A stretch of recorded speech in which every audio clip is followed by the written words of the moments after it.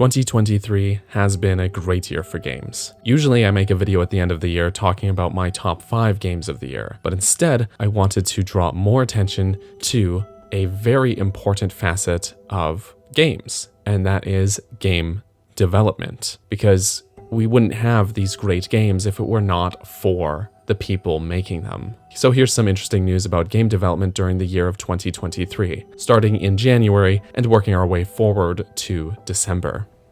Alright, in January, Unity laid off 300 people. Studio 343, who develops Halo, laid off 95 people. Riot Games laid off 46 staff. Tilting Point laid off 14% of its workforce. NCSoft West laid off 20% of its workforce, which made up over 400 employees. Electronic Arts laid off 200 QA testers. EA later laid off an additional 6% of its workforce.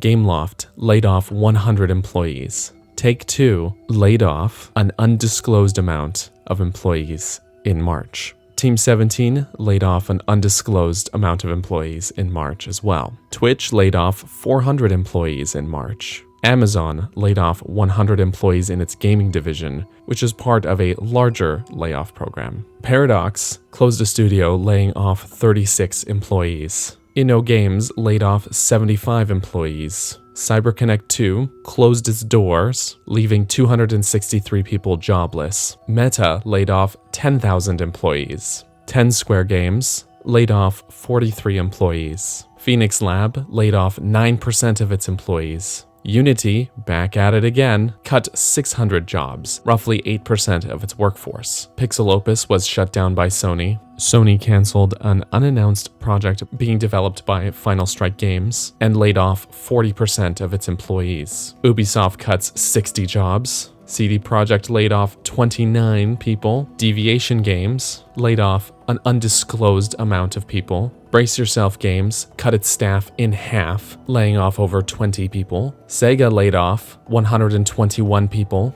Firaxis laid off 30 people. Fire Monkeys laid off up to 2/3 of its staff. Kilo Games shut down, leaving 55 people jobless. Brazilian Unicorn cut 13% of its staff. Bilibili Jinhua Studio, sorry, I probably did not pronounce that correctly, laid off 220 employees. Scavenger Studio downsized more than half of its staff, laying off about 24 people. Hi-Res Studios laid off an undisclosed amount of people. Niantic shut down one of its offices, laying off 230 people. Ludia laid off 45 people. Daedalic laid off 25 people. Activision Blizzard laid off 50 people. CD Projekt Red laid off 9% of their team, another roughly 100 people. Hyper Casual Studio laid off an undisclosed amount of staff. Eastside Games laid off 20% of its workforce. Embracer made an unknown amount of layoffs. In August,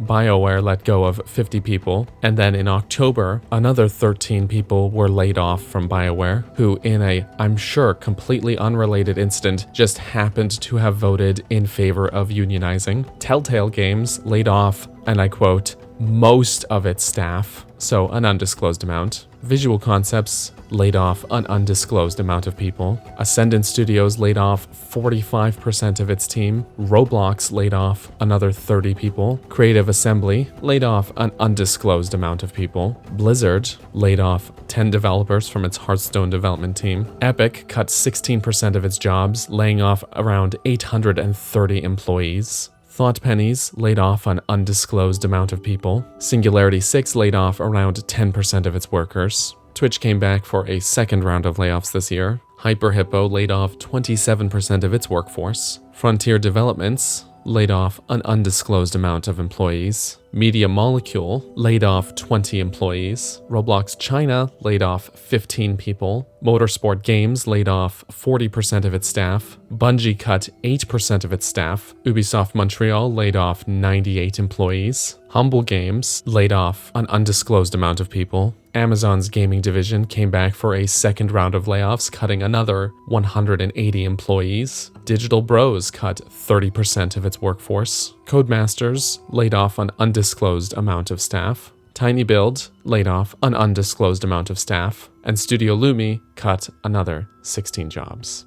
This has been a great year for video games, but we have to remember that video games are made by people, game developers, human beings. Games are art. Sometimes they're corporate cash grabs, but the best games are made by people with great ideas. Gaming as an industry is more profitable than it has ever been. More people are buying games than historically ever, but studios keep treating their employees as if they are disposable. It has been a great year for games, but for people making games, it may have been one of the worst years ever. I hated making this video. It breaks my heart. I love games, and I want to say thank you to everyone and anyone who has worked on any of these pieces of art, who has pursued your passions instead of lulling away at a job you hate. You deserve better. Thank you for watching.